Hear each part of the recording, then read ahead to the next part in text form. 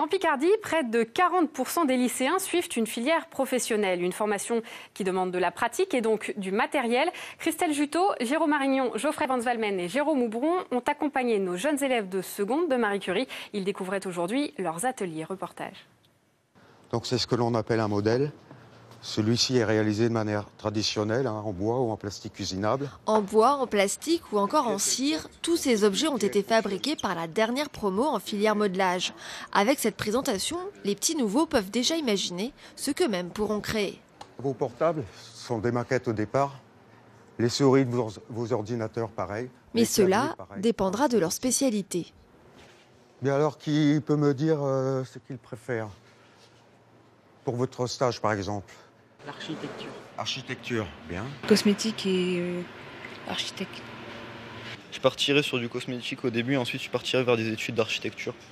Donc travailler dans le bâtiment, HLM, etc. pour loger beaucoup de personnes. Ici, de l'imaginaire au concret, il n'y a qu'un pas. Donc voilà, là j'ai abattu déjà une première pente. C'est Anthony qui s'y colle le premier. Tu te poses bien d'abord. Et ensuite, tu te mets là, tu suis le trait. Quand tu arrives au trait, tu regardes et tu coulisses.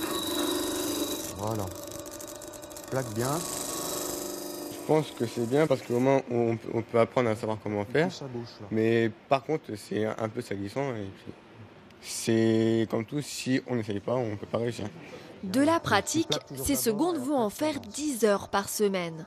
Et pour 300 élèves répartis dans 6 filières, comme l'électrotechnique, il en faut de l'espace et des machines.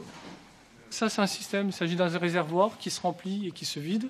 Des armoires électriques que l'on appelle des systèmes, les élèves vont devoir apprendre à les manipuler.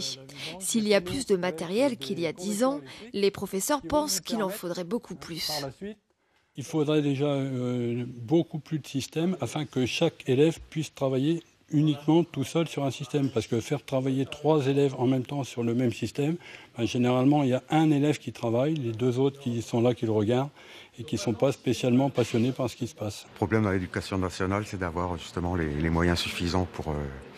Mais l'avantage aussi des 22 semaines de formation de nos élèves en entreprise, c'est qu'ils découvrent des moyens que l'on n'a pas les moyens de s'offrir, quoi.